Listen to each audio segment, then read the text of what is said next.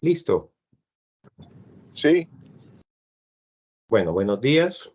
Continuando con las actividades académicas del posgrado de reumatología de la Universidad Pontificia Bolivariana, el tema a tratar el día de hoy es embarazo y enfermedades autoinmunes.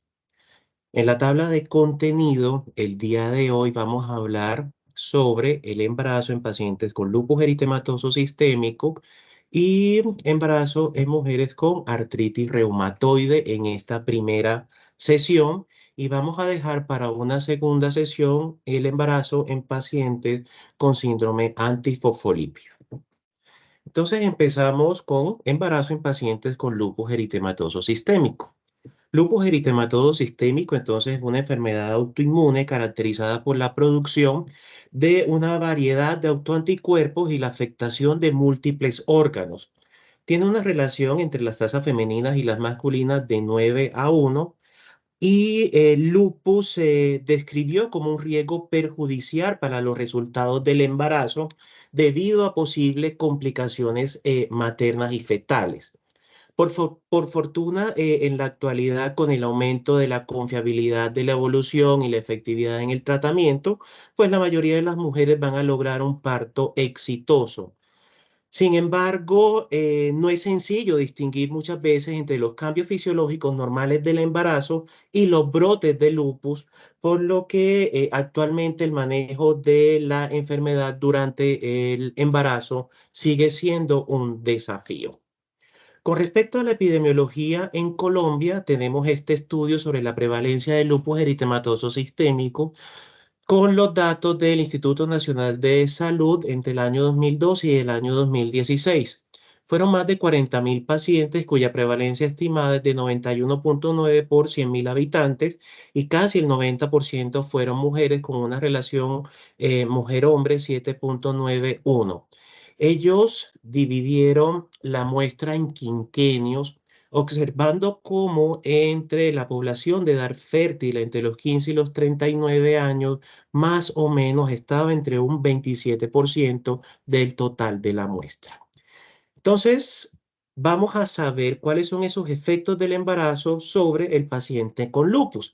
En las particularidades fisiológicas vamos a tener un aumento de citoquinas inflamatorias, interleuquina 6, interleuquina 10, interleuquina 17, factor de necrosis tumoral, la no polarización hacia TH2, es decir, vamos a tener mayor linfocito TH1 y los linfocitos TH1 que hacen producción de interferón. Recordemos que el lupus es una interferonopatía. Van a tener niveles más bajos de estrógenos y progesterona, pocas células T reguladoras y un bloqueo de los inhibidores del complemento por anticuerpos antifosfolípidos.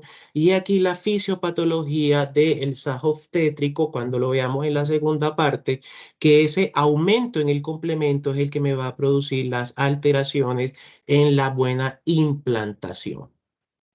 Asimismo, vemos que esos cambios significativos en la fisiología de la inmunología materna durante el embarazo pueden ocurrir para adaptar al feto en crecimiento y que este fenotipo puede confundirse con brotes de lupus. Pero ¿qué es lo más importante? Saber distinguirlo. Entonces, en el embarazo normal, las particularidades fisiológicas que vamos a tener un aumento en el volumen plasmático materno y este puede generar la anemia fisiológica del tercer trimestre. Asimismo, el aumento del flujo plasmático renal y de la tasa de filtración glomerular me van a llevar a tener proteinuria y glucosuria. Los niveles elevados de estrógenos y relaxina pueden generar molestias articulares y el aumento de las proteínas hepáticas también va a conllevar a una PCR elevada. Pero más allá de lo anterior, también durante el embarazo normal pueden aparecer debilidad, caída del cabello, disnea, cefalea y edema. Por desgracia, las mujeres con lupus, hasta un 50% van a tener brotes durante la enfermedad y cuando principalmente durante el tercer trimestre o en el puerperio. Y los factores de riesgo para que esto suceda es tener nefritis lúpica, tener una enfermedad renal activa 6 meses antes del embarazo, la caída del complemento y una positividad de los anti-DNA. Dentro de las manifestaciones de ese brote, las principales van a ser lesiones cutáneas, osteoarticulares y anomalías serológicas. Asimismo, las mujeres en general tienen 6 veces mayor riesgo de trombosis. ¿Por qué? Por aumento de los procoagulantes y resistencia de los mecanismos anticoagulantes. Pero si es una mujer con lupus, este riesgo se aumenta de 6 a 8 veces. Y si son mujeres de lupus con SAF, este riesgo de 8 se me sube a 10 veces. Por lo tanto, en esta tabla les traje para aprender a diferenciar ese flare de lupus versus las condiciones que pueden mimetizar un lupus en un embarazo normal. Vemos que las artralgias son más frecuentes en ese embarazo normal, a diferencia del lupus que van a ser más artritis inflamatoria, y en ese embarazo normal no vamos a encontrar serositis. Asimismo, la elevación de la BCG va a depender de la edad gestacional. En menos de 20 semanas raramente va a estar por encima de 50, y en mayores de 20 semanas podemos encontrar mayor de 50, entre 30 y 70. Vemos como la caída de la hemoglobina también raramente va a estar menor a 10,5 y también va a depender de la edad gestacional. Mayor de 20 semanas vamos a tenerla por encima de 11, y mayor de 20 semanas vamos a tenerla por encima de 10,5. Asimismo, la caída de las plaquetas suele ser aproximadamente del 8% en el embarazo normal. Es rara la hematuria. La proteinuria suele estar menor de 300 miligramos al día, pero tener en cuenta aquí que en el embarazo normal, porque si es una mujer con preeclampsia, sí vamos a tener un aumento de esa proteinuria. Asimismo, los anti-DNA van a estar negativos y el complemento suele estar aumentado. Entonces ahora, ya conociendo esos efectos fisiológicos y cómo saber diferenciarlos de un posible flare de lupus, vamos a hacernos esta pregunta, y es si tienen los pacientes con lupus mayor riesgo de infertilidad. Entonces, los estudios epidemiológicos han demostrado que la tasa de fertilidad en esos pacientes con lupus es comparable con la de las personas sanas. Sin embargo, existen cada vez más pruebas que sugieren que múltiples factores de riesgo, como por ejemplo los anticuerpos antiováricos, se van a asociar con el envejecimiento del ovario y la oforitis autoinmune. Si esto sucede, ¿qué pasa? Deterioro de la función ovárica y menopausia temprana en estos pacientes con lupus. Asimismo, la ciclofosfamida se ha asociado que es un gonadotóxico dependiente de la edad y la dosis. En este estudio que hizo nuestra profesora, la doctora Mónica Velázquez, publicado en el año 2006 en la Revista Colombiana de Reumatología, cuyo objetivo fue determinar la prevalencia de los factores de riesgo asociados con lupus, cuando yo le doy a la embarazada bolos de ciclofosfamida. Entonces, participaron 56 pacientes con lupus tratadas con bolos de ciclofosfamida mensuales, todas menores de 40 años, y la condición de inclusión era que tuvieran una menstruación normal al momento de iniciar la terapia, y la compararon con un grupo de control, 43 pacientes con lupus sin tratamiento con ciclofosfamida en bolos. Se definió como falla ovárica a la amenorrea por encima de los 12 meses. Observamos entonces que tenían una edad promedio similar, 28 y 30 años. El SLEDAI fue mucho mayor en las mujeres que recibieron ciclofosfamida, y la amenorrea se presentó en un 16,1% en el grupo tratada con bolos de ciclofosfamida frente a un 4,8% sin tener significancia estadística. Pero entonces, ¿qué tenemos en los resultados cuando compararon esas mujeres tratadas con bolos de ciclofosfamida que tuvieron o que no tuvieron amenorrea? No se encontró diferencia entre la dosis acumulada y la duración de la terapia. eh,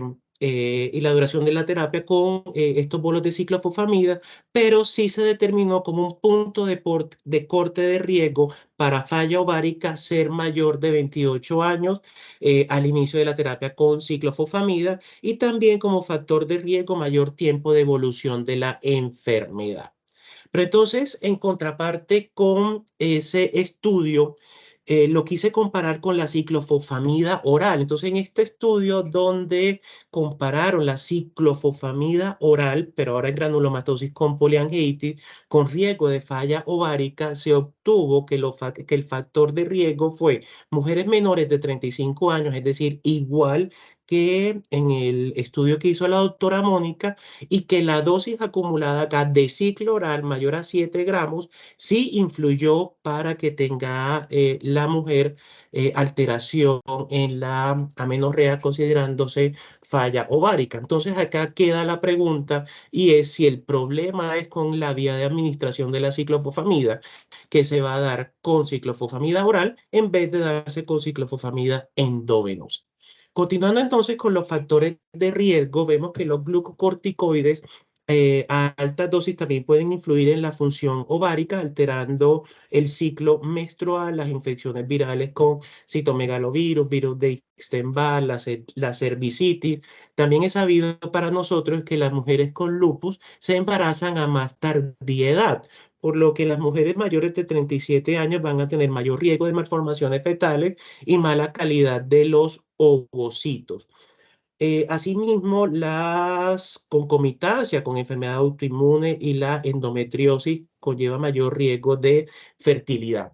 En un estudio que se realizó donde participaron mujeres con lupus y mujeres sanas, menores de 40 años, se observó que las mujeres con lupus, un 53% tenía menstruación irregular frente a un 12% de las mujeres sanas, con una significancia estadística. Asimismo, tener un SLEDAI por encima de 8 tenía mayor probabilidad de tener trastornos menstruales y esto es debido a que disminuía la acción de la hormona antimülleriana.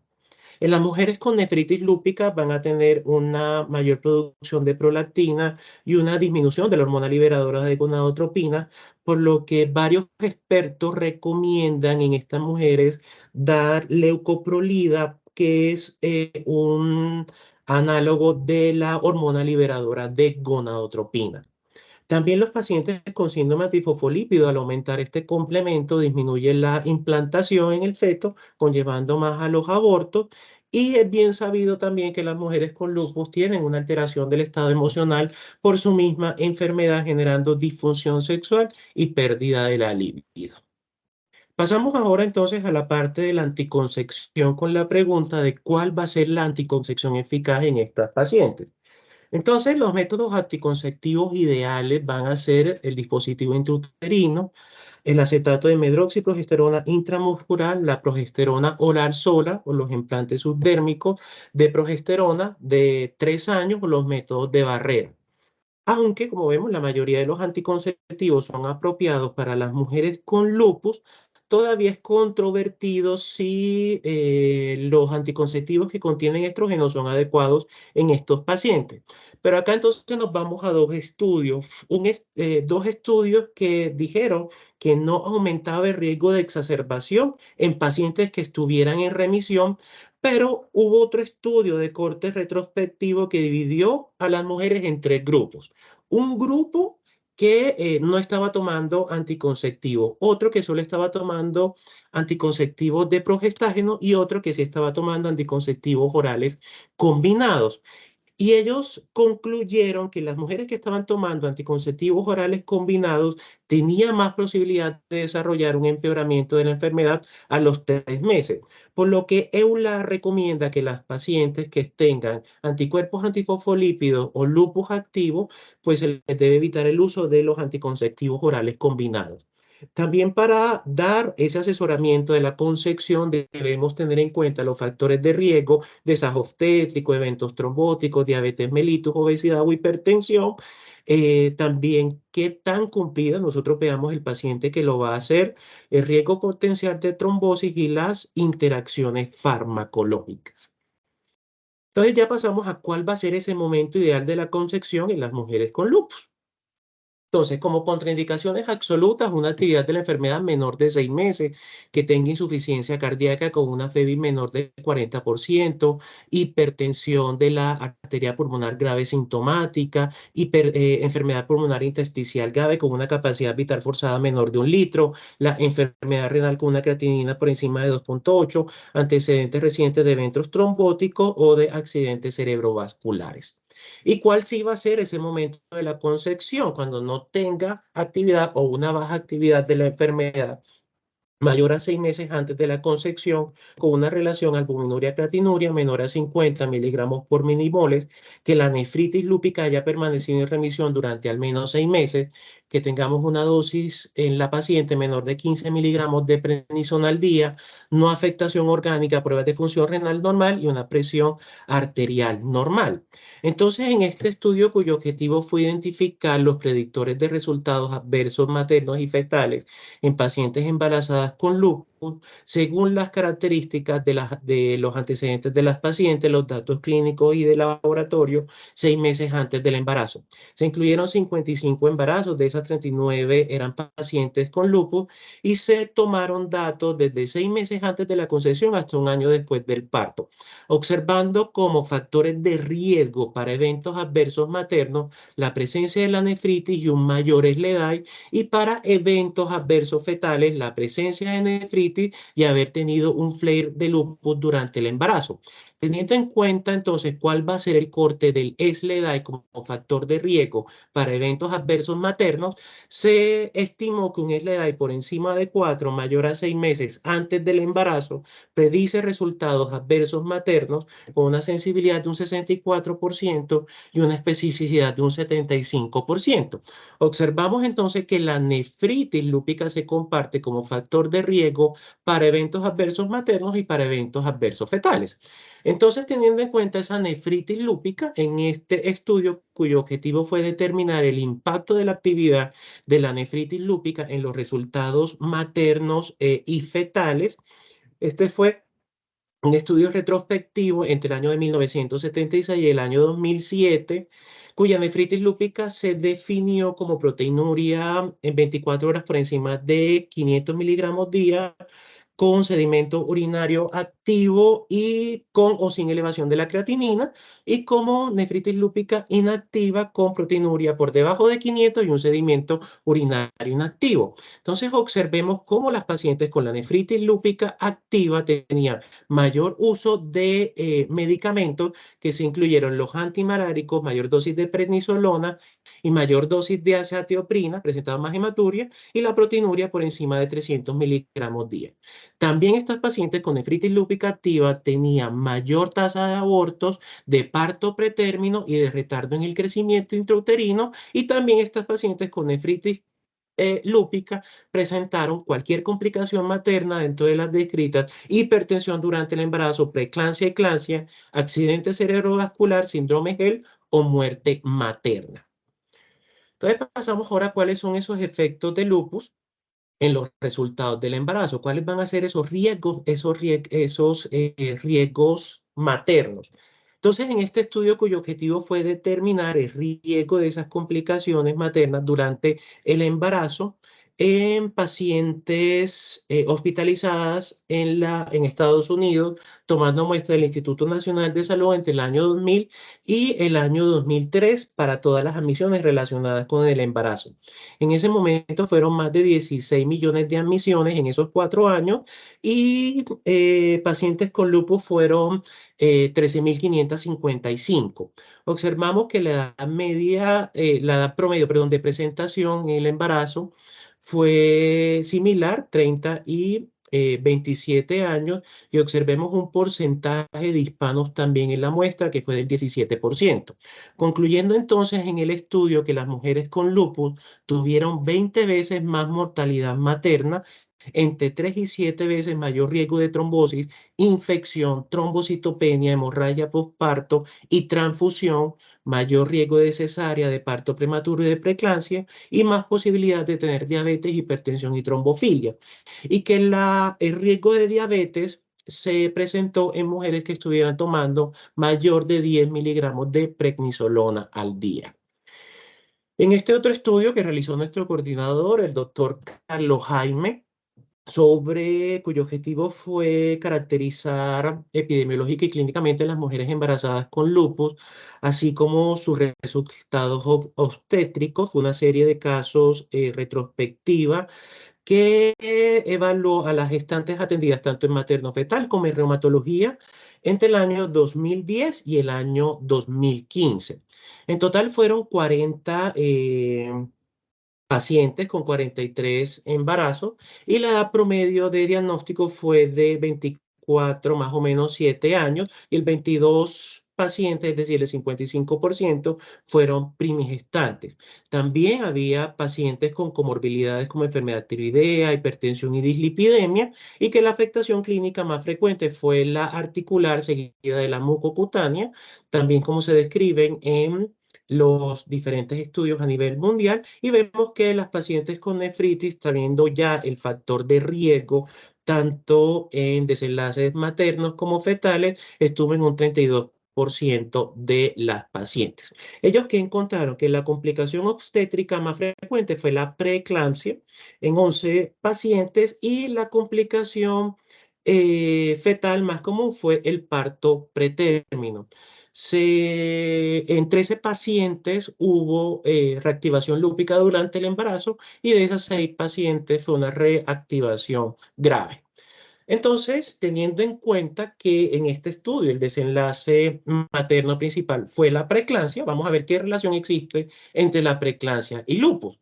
Entonces, la eclampsia se define como esa presión arterial por encima de 140/90 en mujeres mayores de 20 semanas de gestación con una proteinuria por encima de 300 miligramos en 24 horas.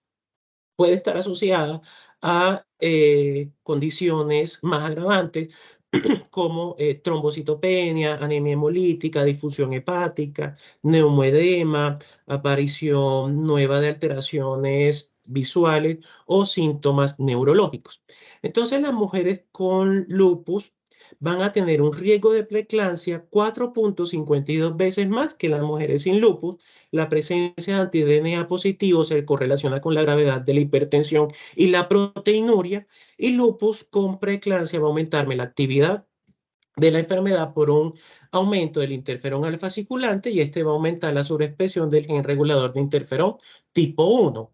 Entonces, en este estudio, cuyo objetivo fue evaluar la eficacia de la calciuria como prueba diagnóstica para predicciones de preeclampsia, se participaron, perdón, en este estudio 60 madres primigestantes entre 20 y 30 años. El inicio del estudio fue a las 16 semanas y se hacía seguimiento cada 4 semanas, y se estimó el calcio y la creatinina en orina de 24 horas. En el estudio, 10 madres desarrollaron preeclampsia, que sirvió de grupo de estudio, y 50 permanecieron normotensas, que sirvió como grupo de control.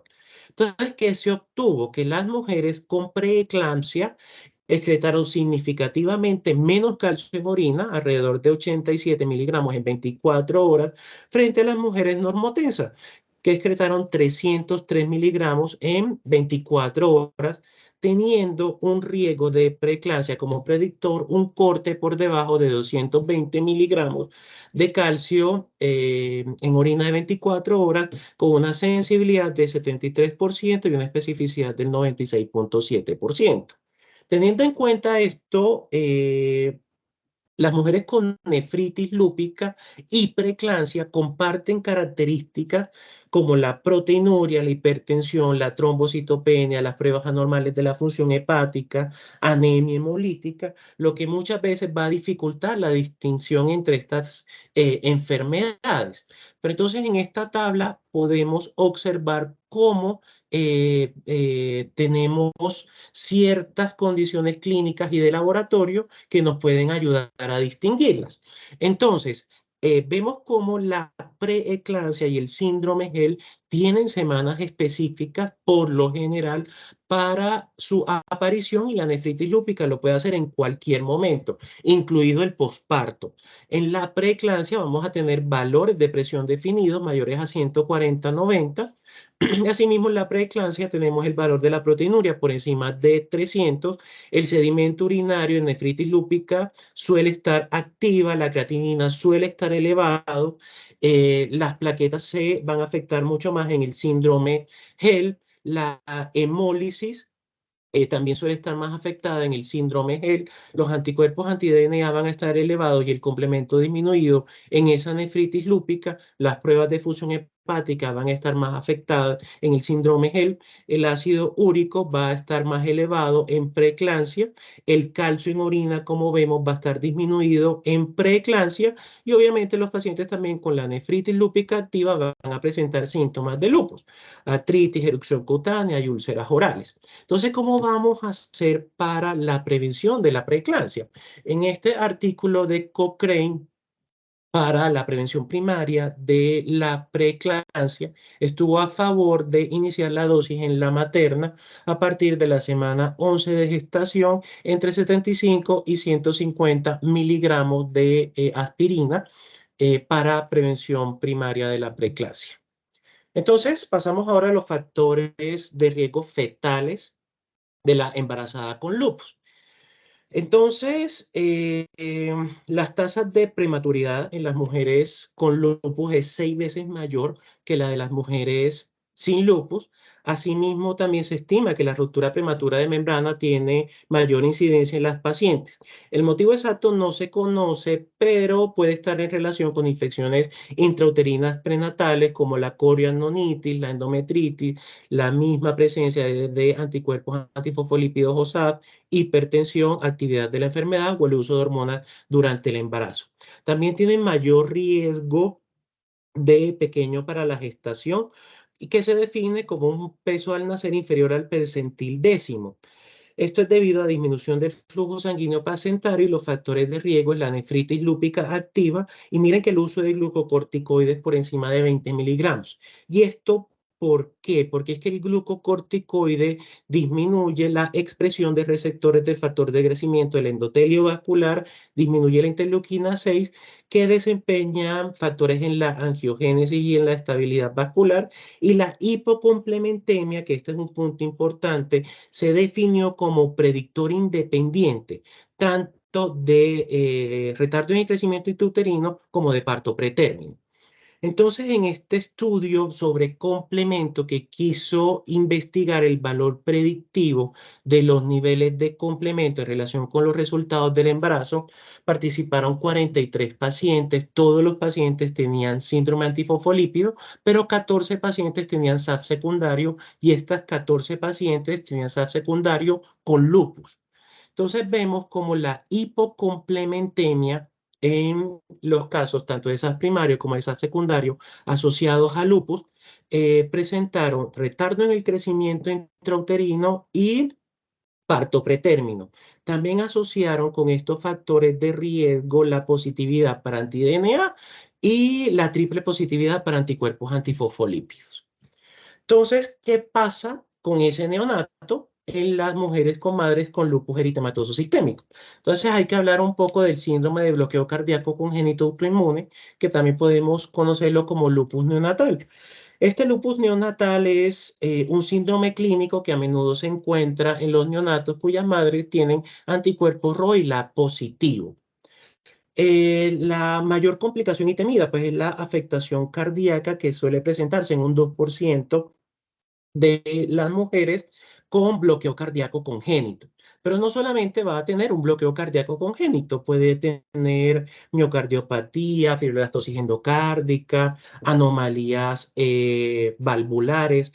Y este bloqueo cardíaco lo puedo detectar intraútero de primero, segundo o de tercer grado. Esto se va a presentar por encima de las 16 semanas de gestación. ¿Por qué? Porque es el momento en que la placenta va a permitir el paso de las inmunoglobulinas maternas. Y también podemos tener bloqueos cardíacos congénitos sin haber pasado de primero o segundo grado, es decir, tener enseguida los de tercer grado. También vamos a tener unas lesiones cutáneas, que son lesiones anulares, que se van a localizar más en la zona de la cara, de cuello cabelludo, pero van a tener predilección por la zona periorbitaria. También vamos a tener ese eritema malar. ¿En qué momento suelen aparecerse estas lesiones cutáneas? Por encima de las 6 primeras semanas de vida, y se va a tener como factor de riesgo para la aparición la exposición a la luz ultravioleta. En la afectación hepática, colestasis hepatocelular, aumento de aminotransferasas, hepatomegalia.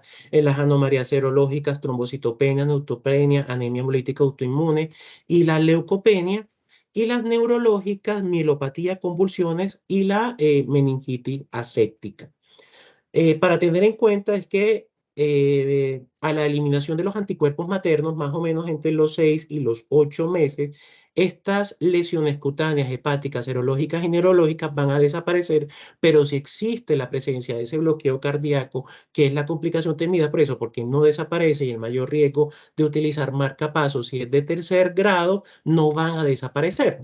Entonces, he aquí porque vamos a tener en cuenta que en el asesoramiento preconcepcional de los laboratorios de rutina vamos a adicionar los ENA y también adicionar los anticuerpos antifosfolípidos y vamos a comenzar o continuar la hidroxicloroquina. Ya vamos a ver cómo el uso de la hidroxicloroquina en las mujeres en embarazo disminuyó ese riesgo de bloqueo cardíaco congénito. El seguimiento en el segundo trimestre, recordando que a partir de las 16 semanas es donde vamos a tener ese paso de los anticuerpos por la placenta, se debe hacer la ecografía fetal desde la semana 16 hasta la semana 25 semanal en mujeres con ROILA positivos y a partir de la semana 26 cada 15 días hasta la semana 32. Si el feto se evidencia un bloqueo cardíaco de primero o de segundo grado, empezamos dexametasona oral 4 miligramos día. Y para un bloqueo cardíaco congénito de tercer grado sin inflamación cardíaca, no vamos a dar dexametasona. En esta guía sobre tratamiento de EULAR, sobre el tratamiento de síndrome de Sjögren, recordemos que mujeres con síndrome de Sjögren también van a tener RO positivo. Si ellas se embarazan y el algoritmo que proponen para estas mujeres con RO positivo es iniciar la hidroxicloroquina. Si ese bebé realiza bloqueo cardíaco congénito incompleto de primer grado, consideramos la dexametasona. Si es incompleto de segundo grado, también consideramos la dexametasona, pero podemos o no dar inmunoglobulina. Y si es un completo de tercer grado y presenta inflamación con pérdida de la función o hidrofetal, ahí sí vamos a hacer la combinación de dexametasona con inmunoglobulina o podemos considerar plasmaféresis.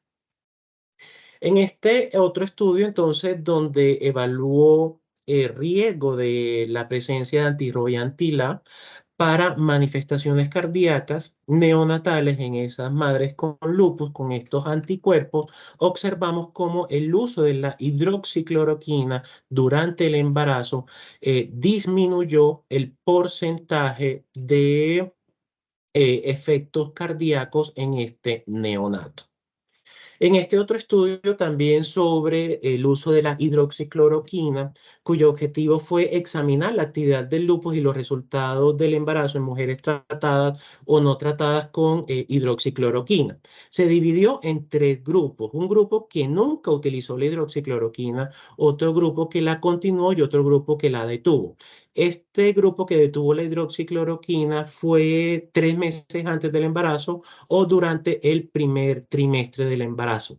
Vemos cómo la mayoría de las pacientes tenían una duración de la enfermedad por encima de los 5 años, que el grupo que detuvo la hidroxicloroquina no tenía síndrome antifosfolípido asociado, y vemos como el grupo que continuó la hidroxicloroquina fue el grupo que no tuvo actividad de lupus 6 meses previos a la concepción. Entonces, ¿qué se obtuvo con los resultados? Que las tasas de aborto y el espontáneo, las muertes fetales y las pérdidas del embarazo no fueron estadísticamente significativas en los tres grupos, pero que sí se obtuvo que hubo un SLEDAI por encima de 4 y mayor actividad de la enfermedad en el grupo que detuvo la hidroxicloroquina y en el grupo que no tomó la cloroquina, y nos dan como conclusión que debemos continuar tratamiento con hidroxicloroquina durante el embarazo y que la interrupción puede aumentar el grado de la actividad del lupus. Pasamos entonces ahora a las estrategias de gestión integral, es decir, el tratamiento en estas mujeres. Vamos a hacer un asesoramiento previo a la concepción de alta calidad, una historia clínica detallada, un examen físico completo, pruebas de laboratorio iniciales, revisión exhaustiva de la medicación. Y ojo aquí algo clave y es que el riesgo potencial del embarazo debe discutirse tanto con la paciente como con su pareja. Se debe desarrollar estrategias individualizadas de tratamiento y un asesoramiento 6 meses antes de la concepción. Vamos a ver esa afectación de órganos importantes que ya les mencioné que tienen contraindicación para que la materna quede en embarazo, y la evaluación de la enfermedad nos las propone que la hagamos con el SLEDAI 2K, que es un índice de actividad específico ampliamente utilizado para evaluar esa actividad de la enfermedad con daño de órganos, tanto en la práctica clínica como en los ensayos clínicos. Recordar adicionar a los paraclínicos generales de las maternas, los antifosfolípidos, los GENA, el anti-DNA y el complemento. Entonces pasamos a la revisión de los medicamentos. La hidroxicloroquina es el tratamiento de primera elección durante el embarazo y es seguro en pacientes también que están lactando. La prednisolona y la metilprednisolona no suelen atravesar la placenta, pero se ha asociado que a dosis más altas de 20 miligramos de prednisolona sí pueden atravesar la placenta, y en algunos casos se ha reportado niños con paladar hendido. Recordemos también que los glucocorticoides pueden generar efectos adversos de hipertensión y diabetes mellitus, preeclampsia y ruptura prematura de membranas. Pero ¿qué hay que tener en cuenta en consideración con los glucocorticoides? La dosis. Si es una dosis durante la lactancia menor de 20 miligramos, le decimos a la materna que lacte de manera habitual. Pero si es por encima de 20 miligramos, debe esperar 4 horas de haberse tomado el medicamento para poder amamantar.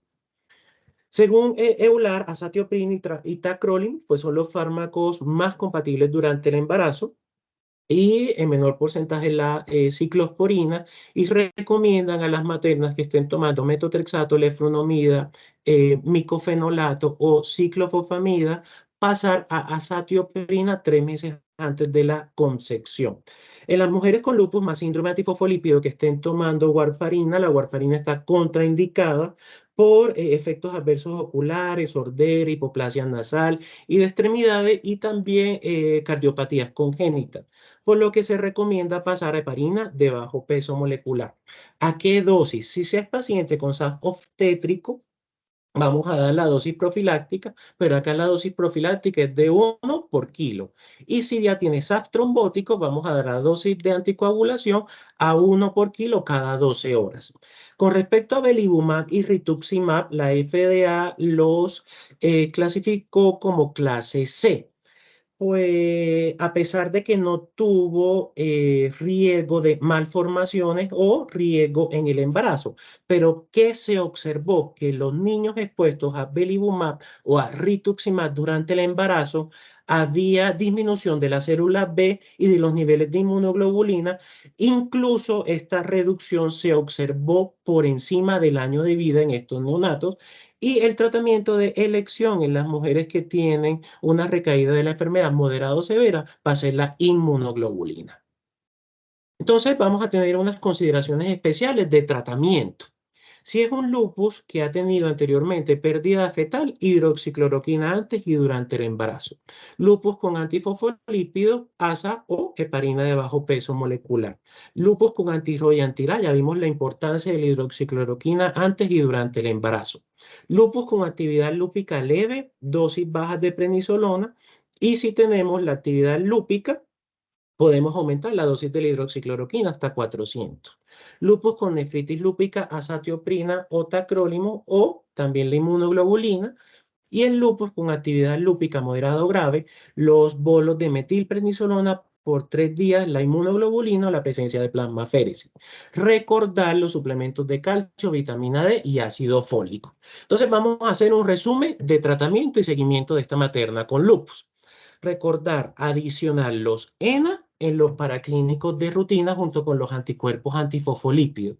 Cambiar los medicamentos compatibles con el embarazo, tener la remisión al menos durante los 6 meses y comenzar o continuar la hidroxicloroquina. Iniciamos la aspirina a dosis de 81 miligramos día, aunque la podemos iniciar entre 75 y 150. Recordemos, dosis profiláctica de heparina para SAS obstétrico, dosis de anticoagulación para SAS trombótico.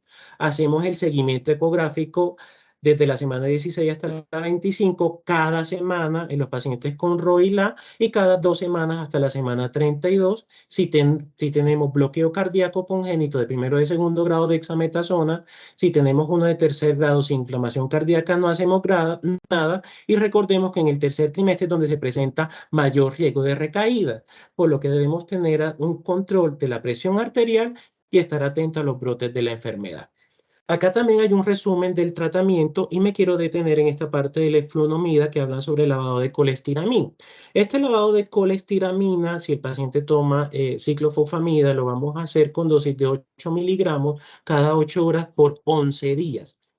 Se debe medir la eflunomida, que es el metabolito activo quincenal en 2 ocasiones, y cuando la tengamos por debajo de 0,02 miligramos litro, le podemos decir a la paciente que puede quedar en embarazo. Pero ¿cuánto debe esperar? 3 meses más después de que tengamos una dosis menor a 0,02 miligramos por litro de eflunomida para que pueda quedar en embarazo.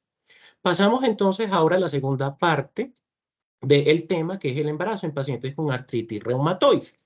Entonces, la prevalencia en mujeres con artritis reumatoide es de 0,02%, es baja en realidad, pero sí tiene de 1,5 a 2 veces mayor riesgo de sufrir complicaciones hipertensivas durante el embarazo, hasta 15% de retardo en el crecimiento uterino, 12% de parto pretérmino, y miren que el parto por cesárea también se sube a más del 40%. Y está entre 2 y 4 veces más tromboembolismo venoso que en mujeres embarazadas sin artritis reumatoide. Algo paradójico que sucede es que la actividad de la R tiende a verse afectada, pero favorablemente por el embarazo, y que por desgracia después del parto, alrededor de la mitad de estas pacientes van a experimentar alguna recaída. Y miren cómo hasta el 60% van a presentar alguna mejoría durante el embarazo.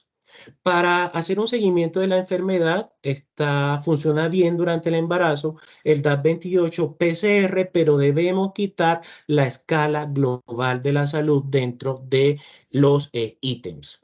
Entonces, ¿cómo explicamos eso que mejora en el embarazo en las mujeres con AR? Entonces, en esta revisión de Nature, publicada en el 2020, sobre las adaptaciones inmunológicas en el embarazo que modulan la actividad de la enfermedad en los pacientes con artritis reumatoide, existen 3 eventos inmunológicos que son cruciales para un embarazo exitoso. Entonces, en el primer lugar se da en la implantación, donde en esta implantación hay un mecanismo antiinflamatorio proveniente de los antígenos fetales, de los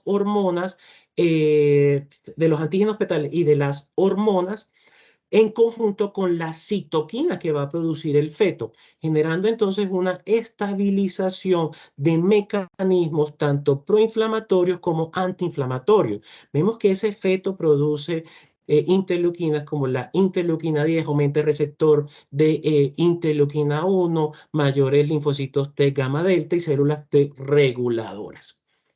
Entonces, en este estudio que incluyó 84 pacientes que se realizó en Países Bajos entre el año 2002 y el año 2006, se encontró que las mujeres con artritis reumatoide en el tercer trimestre disminuyó un 25% la actividad de la enfermedad en comparación con las mujeres antes de la concepción. Pero observamos cómo aumentó alrededor de un tercio de las mujeres que estaban en remisión la actividad de la enfermedad. Incluso se requirió mayor dosis y mayor número de fármacos para controlar la enfermedad. Pero entonces, me llamó la atención por qué no mencionaron en la tabla de Nature el factor reumatoide y los APA como mecanismo de patrón para disminuir esa inflamación en las mujeres con artritis reumatoide, teniendo en cuenta pues que estos son los anticuerpos específicos para la enfermedad en cierto modo. Entonces, en este estudio quiso determinar si los cambios en los niveles de APA y de factor reumatoide se asociaron a la mejoría en mujeres con artritis. Participaron 118 pacientes, la edad promedio fue de 32,3 años, el 73%, perdón, el 86% tenía factor reumatoide IgM positivo, el 81, el 72, el 73% tenía APA positivo, el 81% tenía erosiones presentes y el 72% tenían un DAS 28 con actividad moderada. ¿Qué se observó en ese seguimiento dentro del embarazo a las 6 semanas, a las 12 semanas y a las 26 semanas postparto? Que no hubo una alteración entre los niveles de APA y de factor reumatoide, tanto IgM como IgA o IgG, en el embarazo y en el puerperio. Pero ¿qué sí se observó? Que las mujeres que fueron APA negativo tenían menor riesgo de recaída posparto que las mujeres que sí tenían alguno de los dos o los dos anticuerpos positivos, por lo que sí se hace importante conocer estos marcadores antes de que la mujer quede en el embarazo. Entonces pasamos ahora a cuál es ese efecto de la enfermedad sobre la fertilidad y la fecundidad. No se ha evidenciado un efecto sobre la tasa de fertilidad, a diferencia como si las mostré en el lupus, y la tasa de infertilidad de la mujer con AR es igual a la reportada en la población general. Con respecto a la anticoncepción, las mismas que en pacientes con lupus, DIU, barrera, anticonceptivos orales con progestágenos solos, inyectables con progesterona o los implantes subdérmicos, tampoco nos recomiendan los anticonceptivos orales combinados. Pasamos ahora a cuál es el momento ideal de la concepción. Entonces, el momento ideal es cuando la enfermedad, la actividad de la enfermedad esté ausente o baja. Y vemos que se debe continuar una terapia de mantenimiento que sea compatible tanto con el embarazo como la lactancia, particularmente como vimos por el alto riesgo de brotes después del parto. Y las mujeres con AR, cuando estén bien controladas, los resultados del parto van a ser comparables con la población general. Entonces, ¿qué pasa en esas mujeres con AR que no están controladas? Entonces, en este estudio que se hizo en 1.400 embarazos con AR en el año 2002, se observó que un 6,4% de esas mujeres tuvo ruptura prematura de membrana, un 3,4% presentó restricción del crecimiento intrauterino, un 11,1% desórdenes hipertensivos en el embarazo y mayor riesgo y mayor número, perdón, de estancia hospitalaria. Y vemos cómo al hacer el análisis multivariado, se obtuvo que el aumento de la ruptura prematura de membrana, de retraso en el crecimiento intrauterino y el parto pretérmino era entre 1,5 veces y 2 veces más alto que en la población general. Entonces vemos que los factores de riesgo, tanto para desenlaces maternos y fetales, es tener una mayor actividad de la enfermedad, principalmente en el tercer trimestre, que me va a producir mayor retardo en el crecimiento intrauterino. La dosis de prednisolona mayor a 10 miligramos día se asocia a bajo peso al nacer y a parto pretérmino, y el inicio más temprano de la enfermedad en la materna. Con respecto a tratamiento, el tratamiento en AR, lo que se propone es la hidroxicloroquina, prednisolona y metilprednisolona o prednisona y sulfasalacina. Rituximab, ya vimos que puede atravesar la placenta por encima también de la semana 16. Recordemos que esta es una IgG y puede generar en ese efecto disminución de las inmunoglobulinas y de las células B. Está aprobado anti-TNF como etanercept, septolizumab, y tocilizumab también está, digamos, a pesar de que esté categorizado como C por la FDA, todavía lo que nos dicen los estudios es que faltan evidencia para darlo en el embarazo.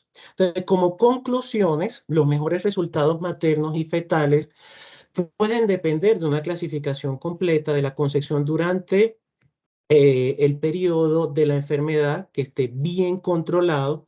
Aunque se ha logrado grandes mejoras en las últimas décadas, todavía existen muchos problemas en el tratamiento, en el momento de la concepción, durante parto, embarazo y posparto.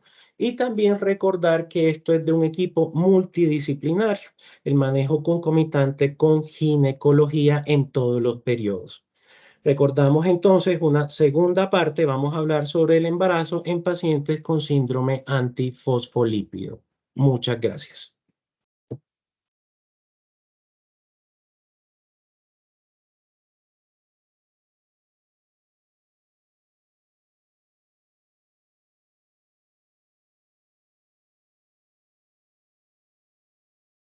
Luisa, si tienes la grabación, por favor.